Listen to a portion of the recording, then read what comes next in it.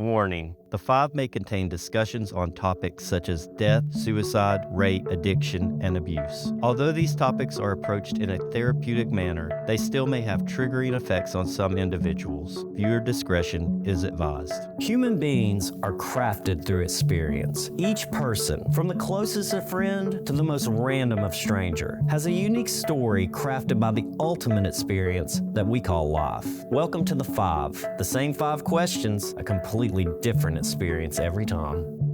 I met today's guest on an online video game forum, and then we become friends on Instagram, and now here we are a couple of years later. So why don't you introduce yourself and tell us a little bit about yourself? I'm Dan. I am a person who lives in Minnesota. I grew up in the Midwest whole life, started in Wisconsin, so that was real big leap right across the border to Minnesota. I identify as a gamer, like a lot. It's like what I do the majority of the time when I'm not working or whatever. I'm gay. I work in a treatment center, and I'm very vocal about mental health. So you're probably going to hear me talking a lot. I guess this is a content warning. You're probably going to hear me talk a lot about like all sorts of mental health stuff. So just be prepared for that. I just talk about it like it's a daily thing because that's where I work and that's what I do. So I'm very comfortable just going into it, but that's me. I'm very interested to hear about it. Yeah. We're at a drug treatment center, actually LGBTQ specific treatment center. So for people with alcohol and drug addictions who are within the LGBTQ spectrum, I essentially try to help them recover. Drugs and mental health are like in my daily conversation stuff, and sometimes that it's like surprising to people, and I'm like, no, why not talk about it? That's what we're here for, is to talk about it. So I'm going to ask you some questions, 5 specifically, and take your time, answer them however you want, and let's go ahead and kick it off with what's the weirdest thing that's ever happened to you. I got a short answer. I was wearing nothing but my underwear in my friend's bed covered in frozen vegetables, like frozen peas, frozen carrots. So that's a short answer. Do you want the long answer? I 100% want the long answer. So I'll just put this little PSA out there, like shrooms, hallucinogens, like they're finding that there are a lot of really interesting medicinal properties for them nowadays. But when you're 19, you don't really give a shit about that. You kind of just do it for fun and do a lot of it. And so my first time doing them, I did a lot because I didn't know what the fuck I was doing.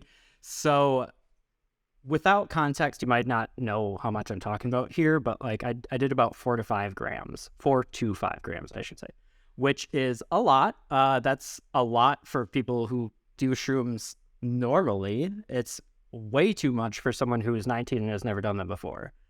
So just kind of how the day went, me and my friend had gotten them from another friend. I'll call my friend Blake. That's not his name, but it's really close to it. And if you know how rhyming works, you can figure it out. We decided we were going to do some shrooms. Again, no, we hadn't looked up like, what's the proper dosage? How do you do them properly?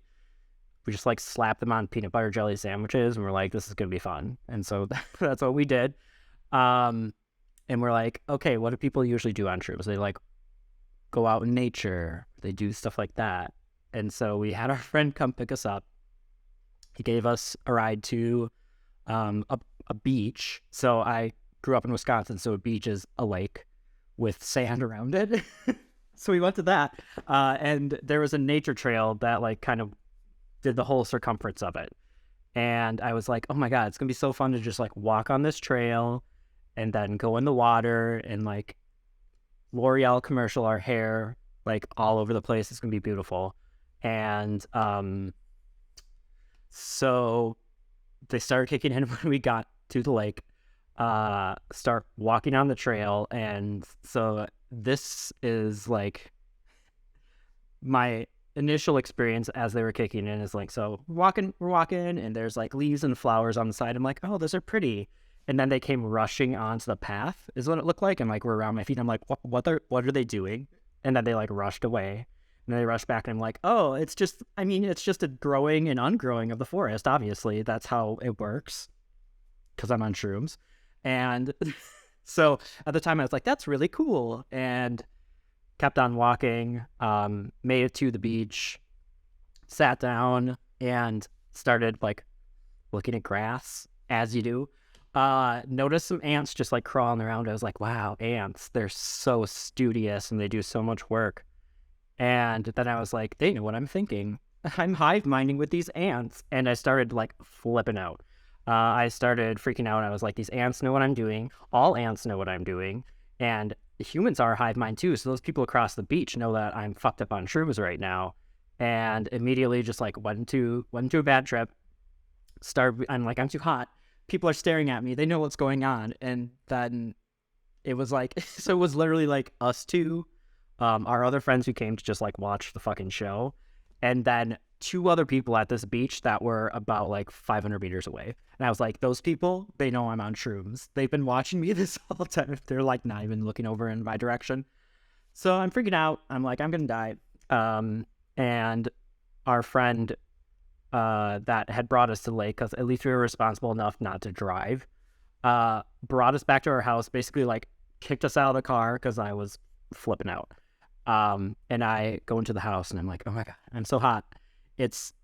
I'm just like, I'm going to die. I need to figure out what's going on. Put on some music. I need to listen to something that's going to pull me out of my brain. And I lay down on the bed. I start stripping, because that's also what you do. I'm like crying, stripping. Like I don't know. It just looks like a really bad Hallmark movie, basically. And like throwing my clothes across the room, lay down on the bed. And I'm like, I need ice. You need to get ice for me right now. He's like, he's also tripping balls at the moment. So he's like, okay. And he goes into the freezer and ignores the ice containers and brings back like 5 packages of frozen vegetables. And so he just like puts them on me. I feel like, have you ever seen like those movies or like Osmosis Jones where it's like, oh, we need to put someone in an ice bath? That's what it felt like, but it was peas. And so I was like sitting there on the bed, just like covered in peas and corn and carrots. Some of the bags had ripped open, so like his bed's just covered with frozen vegetables. I'm staring at the ceiling. The music's starting to like jive with me, and I start going into a good place. Time is really weird. I don't know what the fuck is going on, but at some point, his roommate came home, and my friend Blake's door was right to the left of the entrance, and we had left it open. And his roommate walks in, he like looks to the left and he like walks past, and then he like comes back. He's like, I guess I'm gonna order pizza. And I'm like, oh, why are you gonna order pizza? He's like, you're covered in my dinner. And so that was the weirdest moment that I had. And like I look back at it and I'm like, what the fuck was I thinking? Like, knowing what I do about like drugs now, I was like, what? Why was I just like random Saturday in the middle of summer, I'm just gonna do a bunch of shrooms, no knowledge going into it, and end the day covered in corn. So that's the weirdest thing that ever happened to me. I did it to myself though. I think that's called being 19 and curious. Yeah, it's probably something around there. Yeah, I was like, I'm invincible. Nothing's gonna hurt me. Leading on to the next question, what's the scariest thing that's ever happened to you? Really fun question to ask right after the shroom story. I try to start like light and then heavy, light and heavy. Well, it's like, well, it was terrifying at the time. Like, now I look back and I was like, wow, that was stupid. Scariest thing never happened to me. I kind of have 2. One that's, like, looking back is scary. At the time, I didn't really know what the fuck was going on, which is a running theme, apparently. The second one is probably more relatable to everyone, so I'll get to that one. But the first one, my family saved people who had gotten in a canoe accident, basically in the middle of Lake Superior when I was like 6 or 7. And one of the people there was essentially like hypothermic dying. And we got him on the boat and he was like basically dying. I didn't know it at the time. So just back up a bit. My family, especially my dad, are like big into fishing. And when I was like 6 or 7, he's like, we're going to go to Lake Superior and we're going to go, I don't know, it was like salmon fishing I don't know if, like I'm 28 and gay now. I don't remember. But we were gonna go salmon fishing, and on this lake, on Lake Superior, which is a lake that people know about because it's big, a great lake even. And we were out on the lake, and the tour person, because it's like a tour basically, they were like driving around. We were catching fish. We caught like, I don't know, it was like this weird like lamprey, which was apparently like a rare find. It was like on the side of a fish, and I just remember that being a really cool thing. But then off in the distance, we see these people kind of like, they have this canoe and they've got their oars like going like that. And so the captain of the ship was like, oh shit, and like goes over to them. As they're like trying to pull them in, one of the guys like went completely under. Because essentially like he had seen that someone was there to rescue him, and so he gave up because he was like, I'm safe now, and started drowning actively. At that point, my mom and dad were like, hey, 6 or 7-year-old Daniel, get in the below decks. They need some coffee. So I know you're great at making coffee. Go make them some coffee. And I was like, yeah, this is how I'm going to save a life. I'm going to make coffee. And unbeknownst to me, like, essentially we like fished these people out of Lake Superior. One of them was like, had water in their lungs and hypothermia and was like very close to death. My sister, who was only 3 years older than me, stayed above decks and was like witnessing all this. And so she's like, yeah, that was really traumatic. I should have probably gone below decks with you. But like seeing someone like fighting for their life as a boat's like racing back to shore was a lot for them. I was in the whatever the boat term is for the below decks, and I was making coffee and playing with like one of those bendy arm Batmans, and that's like what I remember about it. But when we got to shore, there were like ambulances everywhere, and like EMTs came and like got them, and apparently they both made a full recovery, which is great. But I didn't realize at the time, and I look back at it now, I'm like, wow, that would have been terrifying if I was up there. So that's the scariest thing that ever happened to me that I don't remember. So I was shielded from a little bit. So the second one that's a little bit more relatable is, I wonder if people have heard of something. It's called COVID. It was this thing that was really popular in 2020. So specifically, right at the beginning of COVID, everyone can agree 2020 was a fucked up year. I live in Minneapolis, which is where the George Floyd shooting happened. Where the George Floyd murder happened. So he was like murdered in my city during the time of COVID. It was a really traumatic time for the whole city, but especially the people of color who lived in the city. And I had a lot of clients of color at the time who essentially like I had to work with them while they were being actively harassed. And so there were moments where they'd be coming in from outside and basically had just been almost shot. And so I had this constant fear of like, someone is going to come up to here and like assault our clients of color because they're just trying to get to treatment, which is a good thing, especially because like I work in uptown Minneapolis, which is, I don't live exactly right by where the George Floyd murder happened, but I do work in that neighborhood. So like seeing just like how difficult it was for people was really hard. We had curfews both because of COVID and because of that, like obeying the curfew, or even if you were out for a smoke, like there'd be like cruisers that would go by with like pepper spray, like spraying the entire street. It was pretty scary. So I had COVID on top, or I didn't have COVID, but COVID was happening, was in the city where the George Floyd murder happened.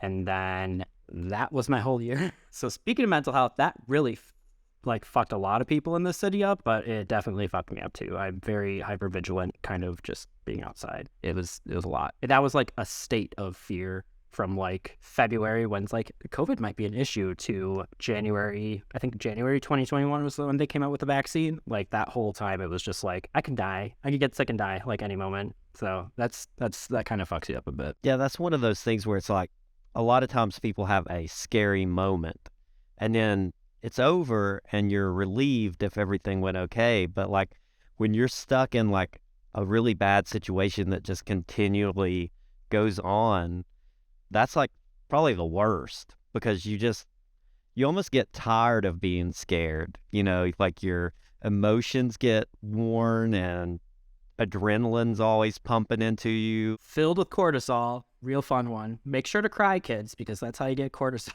out of your system. So a lot of crying happened that year, which is fun and fair. What else? Oh, another thing I didn't mention about like if anyone remembers like the initial, like I feel like most people do, right? Unless you're like 2 and born around for 2020. In the initial phases of COVID, there was that period of time where it's like, what's going on? Are we shutting everything down? Are we not? So my mom works for Social Security. I mean, she works for the federal government. And hopefully she's not watching this as I dig into her a little bit. But she was like, she called me one day and she's like, I got intel. And I'm like, what? You work at Social Security? What? There's old people? And she's like, no, you might have to be concerned about like they're starting to like bring things on the train. You should be careful, and like I can't go into it because it's classified, but you need to start stocking up. And I was like, okay.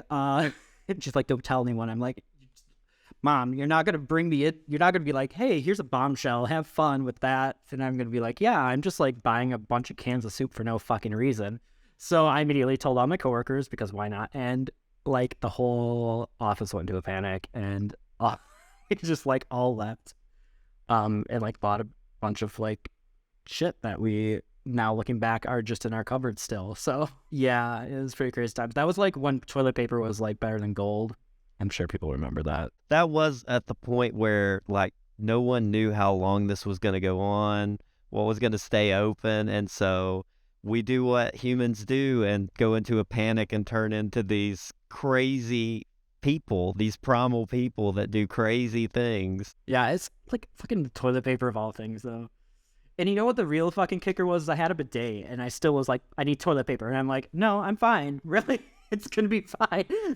So I also have a bidet, and I will say, that took a lot of stress off of me because I was like, toilet paper lasts me forever. And I will also say, for anybody out there listening, a bidet is one of the best things you can buy for yourself. It is absolutely one of the best things I've ever bought. My mom came and visited me like a few months ago, and like when the bathroom, we've got a bidet, and like she was like, you have a bidet. I'm like listening to her in the bathroom like halfway across the house, like screaming, oh my God, you have a bidet. This is so exciting. And I'm like, oh, yeah. And her straight boyfriend got like hooked on him immediately. So that's what they're getting for Christmas, because we haven't had our family Christmas yet, but they're getting a bidet. So happy late Christmas, Mom. I've had so many friends that's converted to a bidet after they finally get over like everybody's scared of it. I don't know what's going on. They're like scared. And then when they finally use it, unless I've actually had some friends that push the wrong button, and the one I have has an enema option, and you can tell when they push the wrong button. Okay. I don't have that. It goes to your tonsils, so you know when people accidentally hit the wrong button. I guess we're pausing this for a moment to talk about like bidets, but like an enema, like what do you like can you load it with stuff, or are you just like, I'm gonna put some essential oils in it to enema? You're gonna shoot some eucalyptus up my ass. It's just a stream of water that goes so hard and so like pinpoint that like, wow. Do you have to calibrate it to like find? It's actually got like where you can kind of move it forward, move it back, and then when you find the sweet spot, you know it. And like I said, it goes to your tonsils, and I'm scared of that. And then it's clean enough to eat off of. Absolutely clean enough to eat off of. Listen, that has connotations. We're moving on. I think we should move on. Before we get stuck on bidets for a while. So, moving on, what is the most memorable moment of your life so far? There are a few, like, I call them like snapshot memories. I'm like, this was a perfect moment, or this was a really fucked up moment. But the most memorable one I have is one I always run back to, that I just find a lot of comfort in. This is the other thing, is I'm like, I don't know what fucking age I was, like teens probably.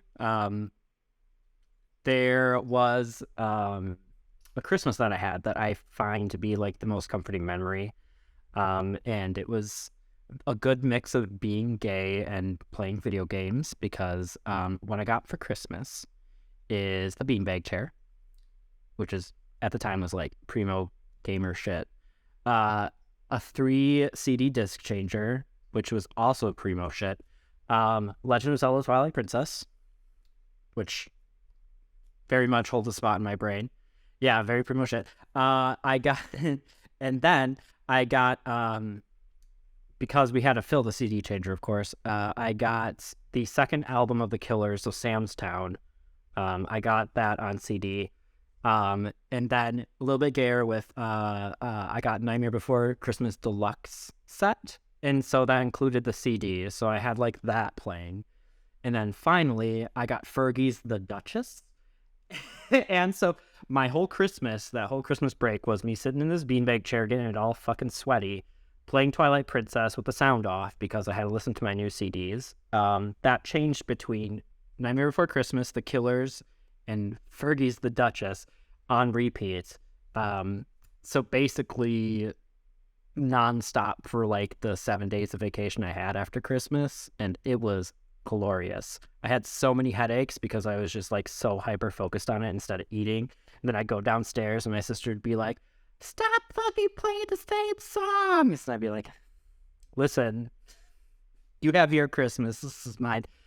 You don't turn the Duchess down. Yeah, she's like, I can't listen to at this point in her life, she's like, I cannot listen to the Killers anymore because you bore me out on them by playing them so fucking loud for like days straight, basically. Yeah, it was pretty great though. Like at the time I was like, this is what heaven's like, and I could die right now in this beanbag chair, and I might because I haven't eaten for 12 hours. So yeah, it was great. That sounds like a memory that I would hold on to.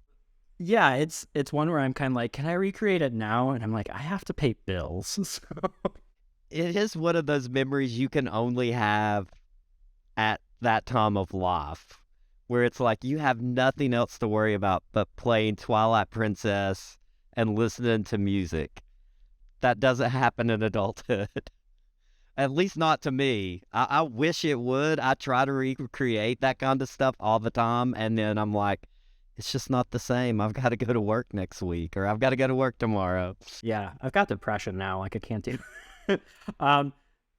But I played Twilight Princess for the first time like a few years after that, like without or like with the sound on, because I played through the game twice that Christmas. And I had no idea what the sound effects sound like. And so I started playing through it, and I'm like, this is what that thing sounds like? I had no idea. I'm like humming songs by the Killers as I'm like jumping across platforms and like killing Skulltulas, and I'm like, I don't know what any of this sounds like, and some of it's really fucking scary. If I had been playing it with the sound on, I probably would have been like very scared. My first experience with video games. Okay, here's a little fun, like embarrassing memory. My first experience with video games was Super Mario 64, which is probably dating me, as an age that is right around that sweet time. Not too old, but not too young. So my first experience with that game was trying to play the first level, and getting scared of King Bob-omb on the top of Bob-omb Battlefield and like crying and being like, "Dad, you have to kill it. I don't know what to do." Because I kept throwing him out the side of the mountain because I'm like, obviously this is going to beat this thing. And anyway, like it doesn't. So like I was crying behind like his recliner chair as he beat the first boss for me on the first level of the game. So yeah, I was really pro gamer very young. That's awesome. That's how it works. And I mean, gaming's how we met, so... Yeah, I mean, it continued. I wasn't scared away. I did develop a fear of giant bombs, which is healthy. Healthy. Fear of small bombs is also healthy. Yeah, I mean, like, fear of bombs, like, we probably should be scared of bombs. I mean, if we're being honest here. There are worse phobias. Now that we've had a nice, happy memory, fun times, talked about bidets, let's bring it all down with what's the saddest thing that's ever happened to you? Okay, this one's hard.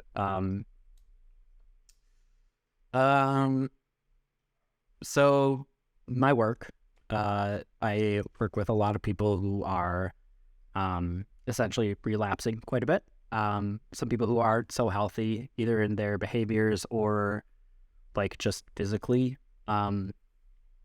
and this might not be the saddest moment, but it's the saddest one that I have in like recent memory that really affected me. I'm a crier, so like I will cry at anything.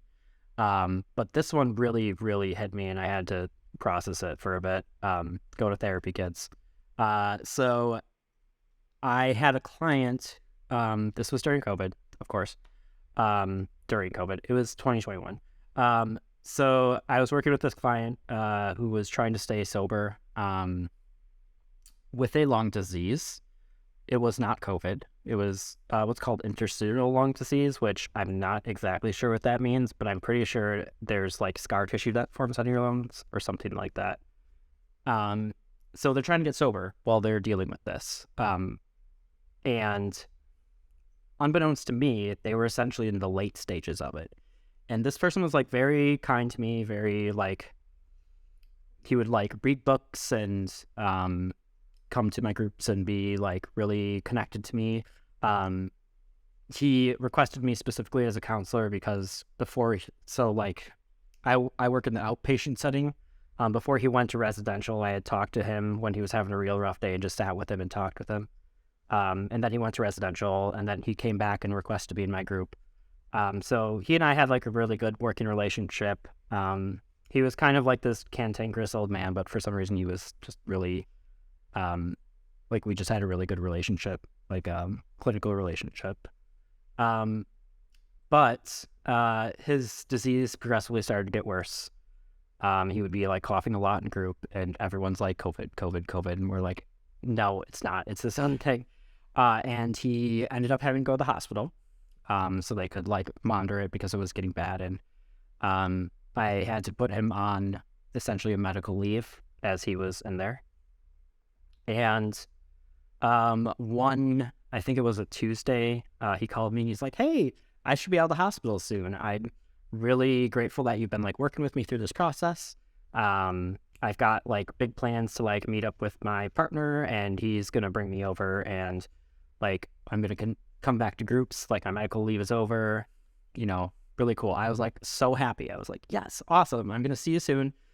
This is great. Like you're on the mend. I'll be able to talk to you. And so next, he didn't come back the following Monday, which is when he said he was planning on it. And I was getting concerned, so I tried calling the hospital. They didn't pick up. Or they were busy with other things. They didn't because I wasn't like approved like contact person. They couldn't tell me much. But I ended up seeing his obituary the following Friday, and come to find out, he had been calling me as a way to assure me, like essentially like. Because he knew I was worrying about him.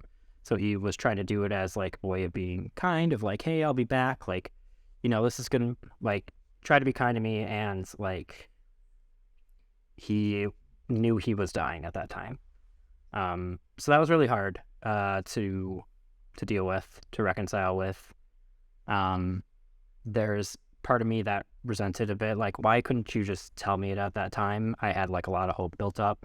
But mostly I was really like just sad that like the disease took him in the middle of it. And the real fucking kicker is he was sober through all of that. So he managed to stay sober through all of that and ended up dying for something that was not even related to that.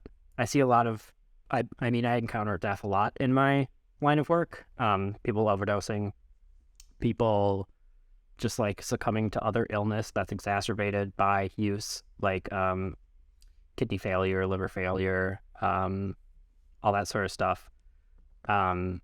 But it's really tough to go through that process, especially when someone is trying to stay sober and are staying sober, and then they still pass away. I did have some resentments. It was just like the idea of like, why couldn't you have told me that was what was going on?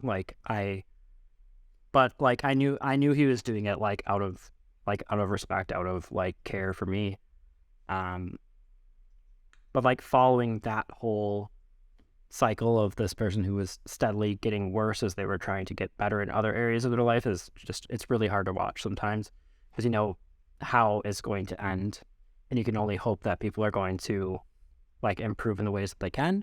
And he was, but at the end of the day, he ended up passing away. And in my line of work, that is, I mean, usually you get overdoses. If it's death, it's like either overdoses or suicides.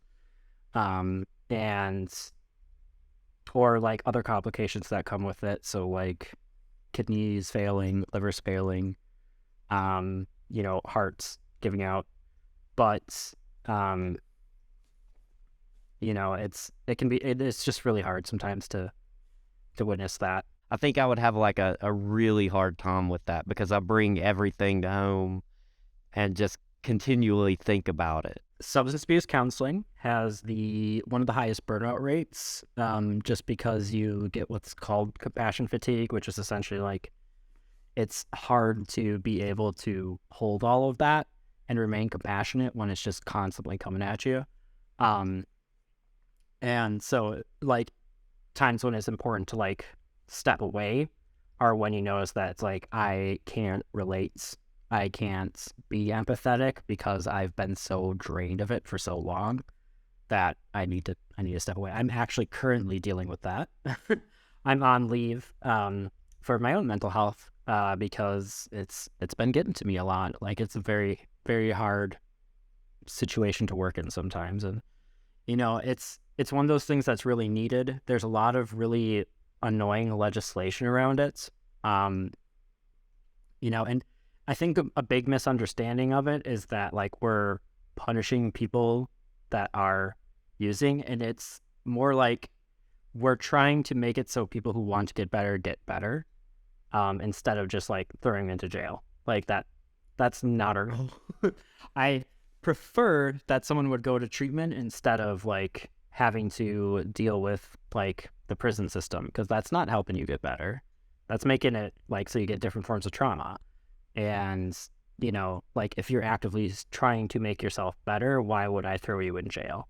And that's what we see a lot in this country. And I have lots of opinions about that. So I'll probably leave it there. But it's you're working within kind of a broken system, and it's really difficult to do that. And the other side of it is insurance they don't want to pay for it because there's this weird stigma, even though for 62 years, we've known it to be a disease, like addiction is a disease, and there's so much science backing it up. We still believe in it as a culture of it being a choice. And so there's a lot of legislation that's just based on people's thought patterns around it. And it's, yeah. Okay, I need to stop. I could go fully into this. It actually kind of leads into the final question. You're almost there, which is based on your life experience so far, what is the best advice you can give people out there listening? I don't know if this is going to be a surprise, but you should manage your mental health. You should take time to take care of yourself. I'm someone who pushes myself and I convince myself I'm okay, that I can handle like the things that are going on, the stresses that other people are experiencing, taking those on. And then I collapse and just like have a crisis. And then I'm helping no one. So take care of yourself, take care of your mental health. I think everyone would benefit from therapy. At the very least, anyone who's like old enough to be listening to this, you went like through COVID. That was an issue. You should probably process that. So yeah, make sure to get some of that shit sorted out, because it is going to affect you in some way, and just pushing it down and pushing it away isn't going to make it better. It's going to make it so it comes out sideways. You might start getting into more arguments. You might get angry all the time. You might notice that like you have bad dreams or anxieties coming up. And if you at least know what the source of it is and you're working through that, you can make a lot of progress towards improving your mind up here, which can make it so you can improve in other areas of your life. So do it. Seriously. That's amazing advice. Take care of your brain. Well, I really appreciate you taking your time today and talking with me. And for the advice especially, I do believe everybody out there can benefit from some kind of therapy. Mm-hmm. And the interesting stories and me getting to live vicariously through your Twilight Princess perfect Christmas. Yeah, it's so great. Yeah. I didn't even get to talk like fully about all the gaming shit I have, or like the fact that I have a Magic the Gathering tattoo. All you nerds out there. We'll maybe have a part 2. It's just me talk about all like my queer gaming bullshit. Like, oh my gosh. Oh, I have like an avatar map over here. I didn't even go into all that stuff. We'll bench that. You definitely get extra nerd credit, which is a big thing for me. I know. I deserve it. You really do. Thank you again for your time. Thanks for having me. It's fun. I want to thank you all for listening today. If you enjoyed today's podcast, please subscribe and leave a 5-star review. Also, check out the video podcast at Handlebar ASMR on YouTube for extras.